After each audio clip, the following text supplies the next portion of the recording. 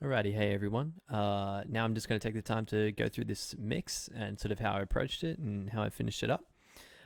So basically, after I was done producing the track, I stemmed everything out, converted all my MIDI tracks to audio, um, pretty standard stuff I would do for any mix.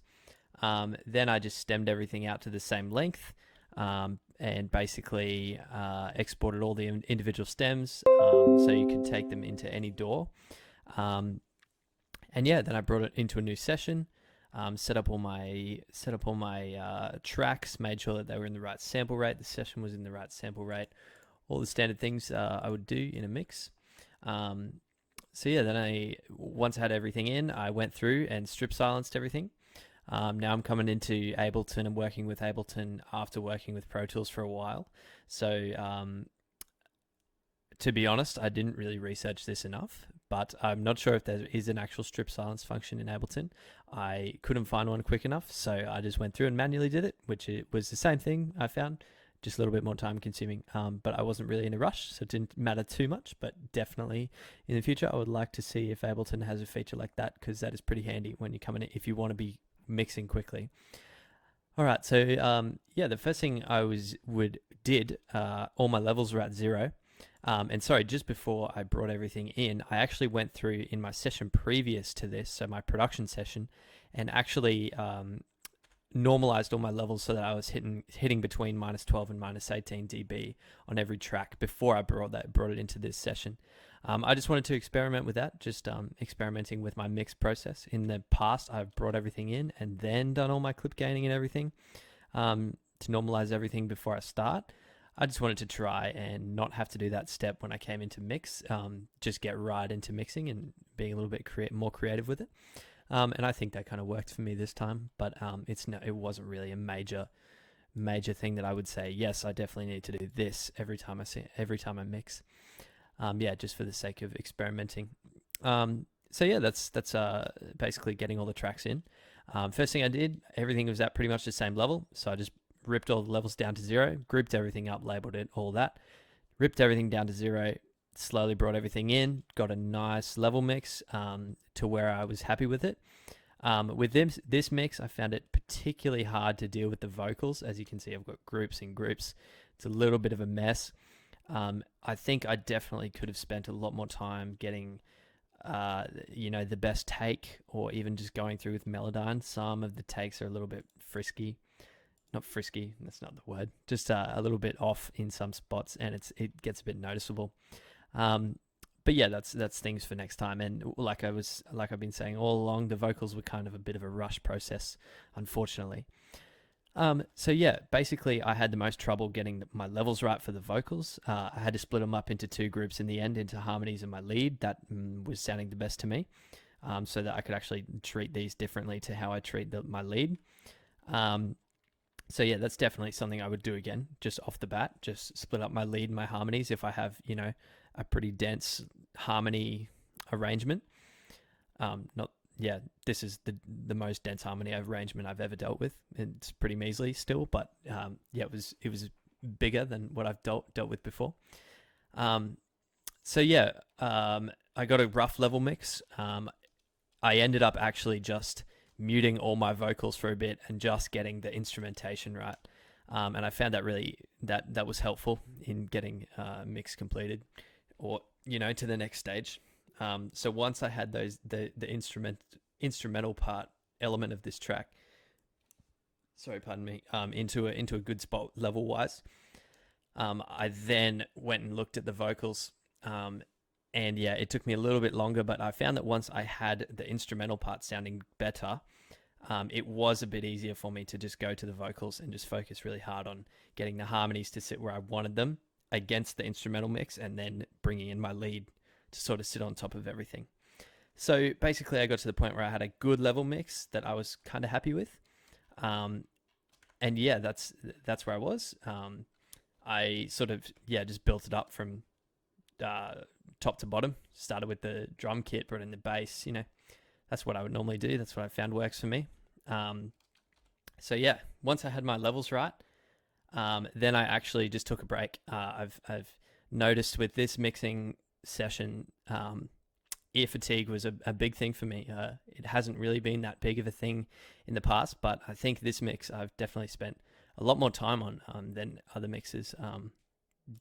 Yeah, I'm pretty happier with it than I have been with other mixes. But that being said, I definitely noticed a lot of ear fatigue while I was doing this. I don't know. There could have been a few factors. I mixed this primarily in the MIDI studio over a fair few sessions.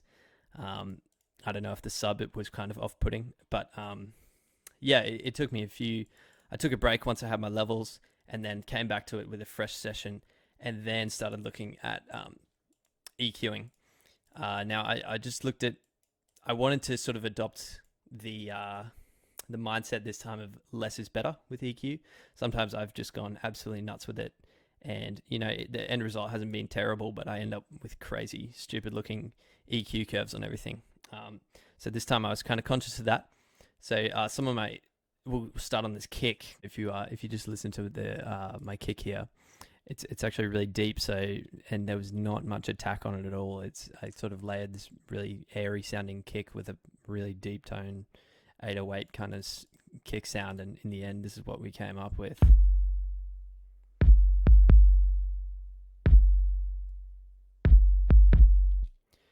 So yeah, there's a little bit of a chain on this kick. This first EQ sort of emphasizes what I wanted out of it, sort of sculpts the sound. If I just bypass everything, I'll show you what I started out with.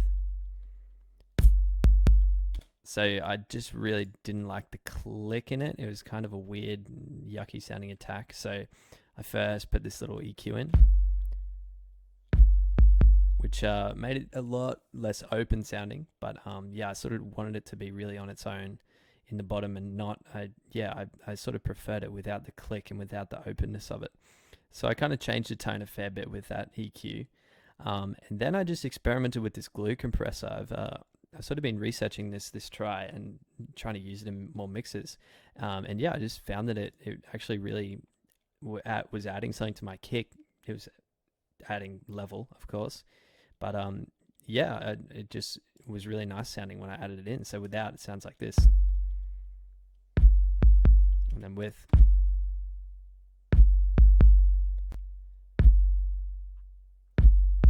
Yeah, it just added something nice for me.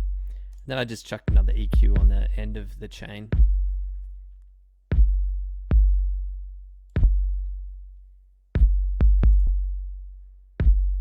It sort of just cleaned up the sound a little bit from this compressor for me.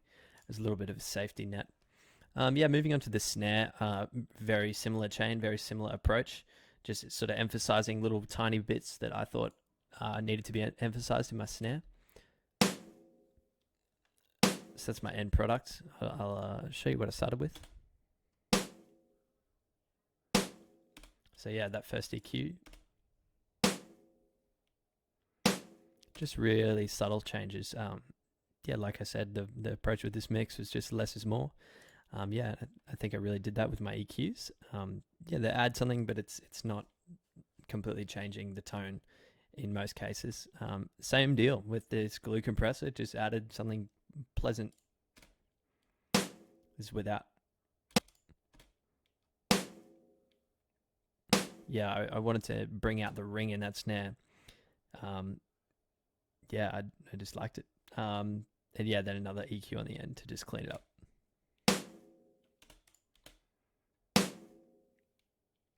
Just bring a little bit more fullness in that sort of 100, 200 range. So yeah, that's my snare. I duplicated it later because I wanted a snare with reverb on it. So yeah, there's just a sneak peek of my reverb. My hi-hat, I kept it really, really simple. Simply an EQ on it. This is a sample that's made. If you look at, I'm going to cheat and just put this on for a second. It is relatively, let me just bypass this. Oh, how do I turn these off? It is quite a treated sample. It's very neat. So yeah, I just cut off a whole bunch of lows that you would never need in that hi-hat. Relatively simple. The toms I did absolutely nothing to. They were great samples, and I liked how they sounded at this point in the mix. Just a little subtle fill. My congas, just put an EQ on them. Not much to it there. Just really just cleaning up with that EQ. It was again, these are all like great samples already. It's not no point polishing them if they sound good to me at the start. Clave, very similar. Just that with a reverb on it. Let me just it doesn't matter. Cymbals, absolutely nothing to them as well. Great sounding samples. Not really any need for me to EQ them. One thing I did bring in that was new for me was actually just doing some overall bus processing. I've done things like parallel compression and that before as like some sort of bus processing, but I was looking into some mixing techniques this try, and I've watched a live guy mix this try who really just focuses on bus processing over single channel processing, and just getting the sound right at the source. So I have an EQ on every one of my buses this time around, and it just gave me great control to sort of sculpt what I want the overall drums to sound like, and then go through and make all the individual things sound good if I needed to. With most of these, it wasn't about EQing or compressing for them to sound better. It was more just cleaning them up. In the context of this mix, which was good for me because that's what I was trying to do with all my EQs this time around, rather than change the tone completely to something completely different. So moving on to my basses, a pretty common trick for EQing, something that I like to do. Just in my buses, I'll just quickly. So here I've just emphasized where I want my kick to sit in my kit bus, and then dip that from my bass bus. Relatively simple complementary EQ. So my synth bass track, relatively just an EQ on it, without sounding like this, and with. Very simple. I just needed to get some of the mud out of that low end, and I also my actual acoustic basses, which I was blending it with, I needed it to be a little bit more subby. And also in my basses, I love to have the sound of clicks and finger noises and string noise. So that's why I always have this boost just under 1K. And I go pretty ham with it because I like it to stand out a little bit. So in the end, I just married my two bass sounds up to sound a bit like this. I'll just quickly show you what my acoustic bass sounded like without the EQ. And with. Again, just cleaning up. My other synth bass track I did nothing with. Again, it sounded like a great sample, and it was such a little sparing part that just a little fill in my bridge here.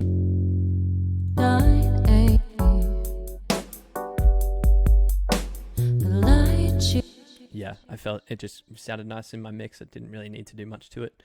I just showed you the bus processing I did on my bass bus. The synth keys, I spent a little bit of time just EQing these and getting these right. Also been playing around with this dynamic tube plugin with Ableton, and I felt it just added something to my rhythm lead here.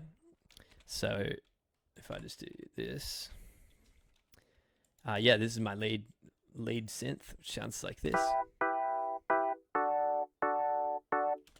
Relatively thin sounding. So without my processing, we started out like this. And with the processing, thinning it out a bit, just emphasizing it where I needed it to sit in the mix with that tube in. Again, it's just adding something. It's just making it that tiny bit more full and more interesting over the just the dry signal with an EQ on it. That's what I did there with that lead rhythm synth. Grand piano, I did no processing to, because again, it was just a great sample, great instrument that I had just adapted to fit my mix already. I didn't have to really spend much time on it. And it's relatively simple and used pretty sparingly in this mix. So yeah, I found that was sitting nicely. My ARP synth, again, nothing. It just sounded great in my mix already. Come on.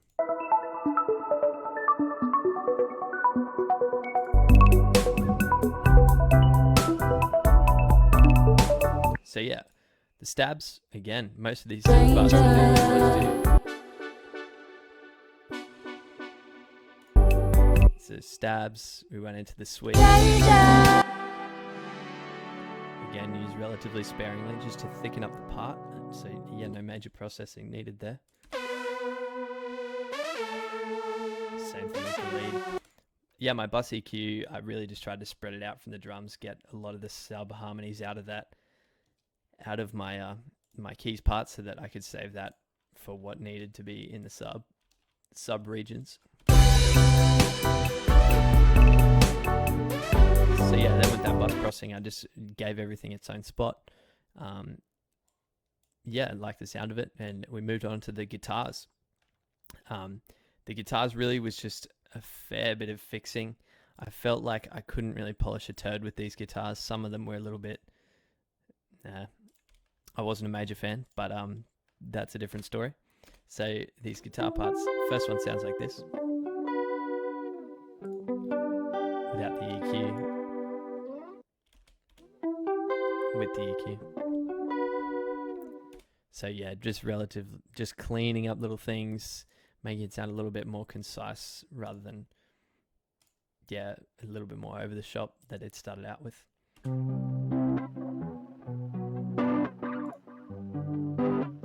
This guitar part, I was saying in my presentation for this project that it was interesting to experiment with different writing techniques to blend guitar parts with synth parts.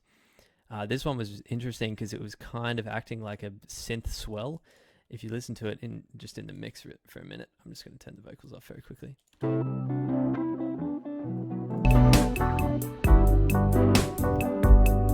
It adds sort of that swell. Yeah, that was kind of a cool little thing to experiment with this time around. Yeah, my last guitar part just sounded like this. I just added this compressor in front of my EQ just to sort of even out the actual picks.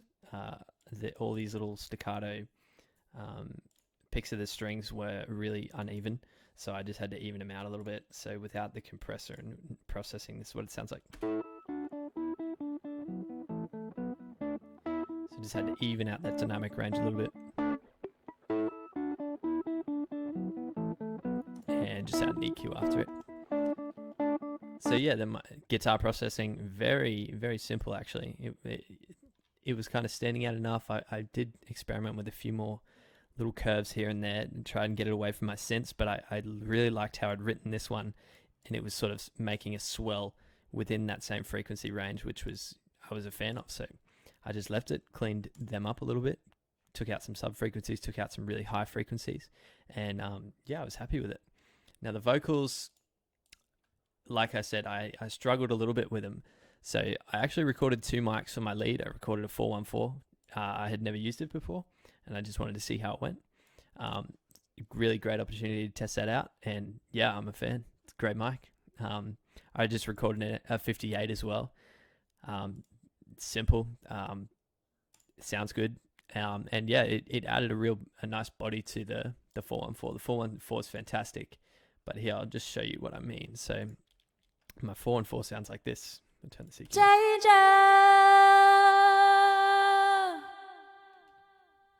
I'm not loving this behavior. Turn the effects off. So that's what that 414 sounds like. And then with my 58, I just got this nice body to it. So Behavior.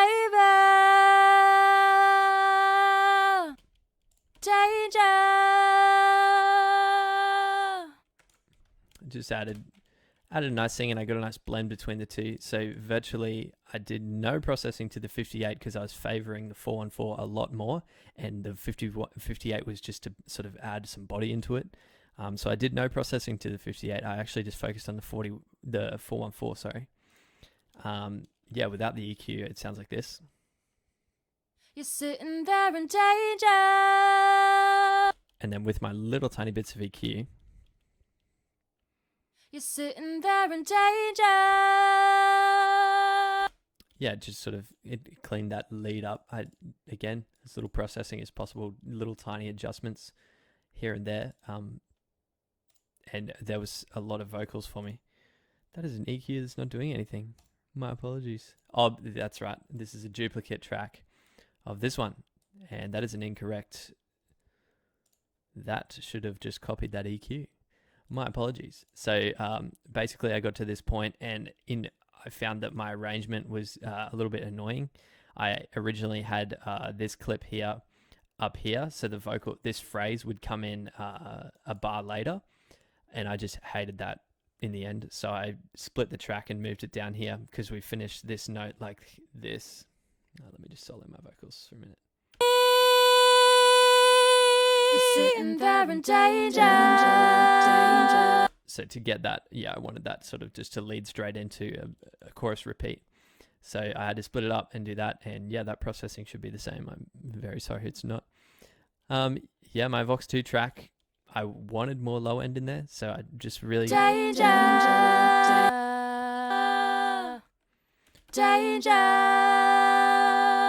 In all honesty, I think I could have definitely scooped a lot more low end off that track and just got them sitting a bit nicer together. But against the context of the mix again, I was liking how it sounded, so I just rolled with it. Say my name one more time, boy, you'll be looking like a stranger. So then on my bus of the lead Vox, I did some overall processing, which is sort of also the EQs for these other vocal channels in that lead group. So a little bit more EQ. The saturator, again, I'd been experimenting with Ableton Saturator just to, experiment a little bit with Ableton and their native plugins. So again, I just wanted to experiment with this one, and I did, and I found this great. This setting was working well for me. I just added a compressor just to be a little bit of safety because there's a couple of this last phrases here especially. Aren't you near me?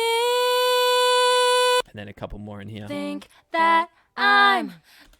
I just needed the compressor to be a little bit of safety because that it was pushing a little bit too high for me occasionally level wise. So before the processing we sounded like this on my lead vocal. Oh, me like you. Hey, and then with my processing in. Hey, Sort of just cleaned it up as a whole rather than treating each track individually. That being said, this one definitely should have some more EQ on it, which should be the same as that one. My apologies.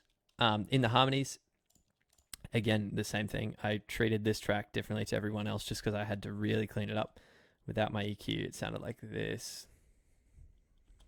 Behavior. I really hated the breathy tone, so I tried to get some of it out, but behavior. Again, you can't polish a turd, unfortunately. My harmonies I just treated very similarly. I think this is the same. I just... Behavior. You can hear some bleed in that recording too.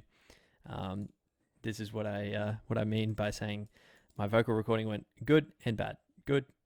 We got some nice harmony layers. Gave me a lot to work with. Bad. It was very rushed and we didn't have a live room, so we were recording in the studio. Not ideal. A great experimentation and not unhappy with the result, but it definitely could have been better with some more attention to detail, definitely. Just treated the harmony part with some overall EQ. Then once I had that and I had levels, I'd done lots of work on these. So I just left it and I think I kept my vocal bus at 0 with some automation later to blend different sections together. So after all my processing was done, that's when I added all these sends here. So I had a reverb send that was long, that was a Vox long send and a short send. I sent my long reverb there to all my harmonies, and then sent my short reverb to my lead vocal, and my Vox delay to my lead vocal, because I wanted harmonies to sound a lot further away than my lead, and I also wanted the lead to sound unique and sparkle a little bit. So that's hence the delay. So if I just add these effects back in, I'll solo my lead vocal with some of those effects. Let's play an interesting. Hey,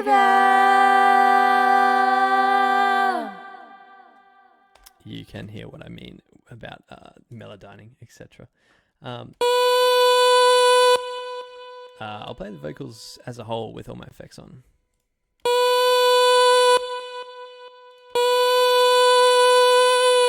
Sitting there in danger.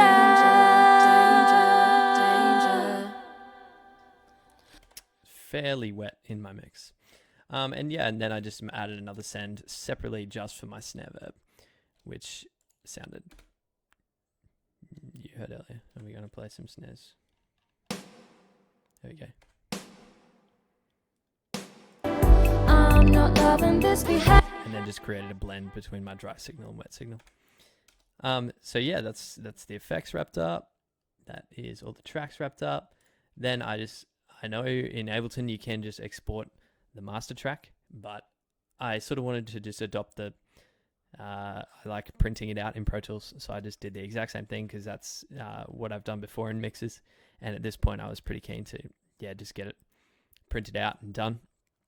So I just printed it out, then exported this track. Oh, another thing, I really liked Guy Gray's tip that if you're not working with a mastering engineer, just set up a really basic mastering chain on your master bus so that you're listening to it like people are going to listen to it.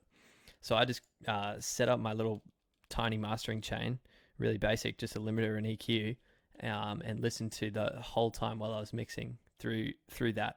I found it was really good, but I definitely didn't engage it the whole time. I found it was really useful to sort of go, oh yeah, that's what it will sound like, and then quickly turn it off, and then come back to it later and turn it back on and just keep checking. And yeah, I also experimented putting, I had a compressor here as well in some places, and I experimented with the order of them. Eventually I found that the limiter before the EQ sounded better to me, so I left it like that just for mixing purposes. I didn't spend much attention to that. Then after this, I actually exported this master track out, brought it into a new session, into a little master session. Ran it through some basic master processing, virtually this chain, but a little bit more. Where is it? It's on this track. My apologies.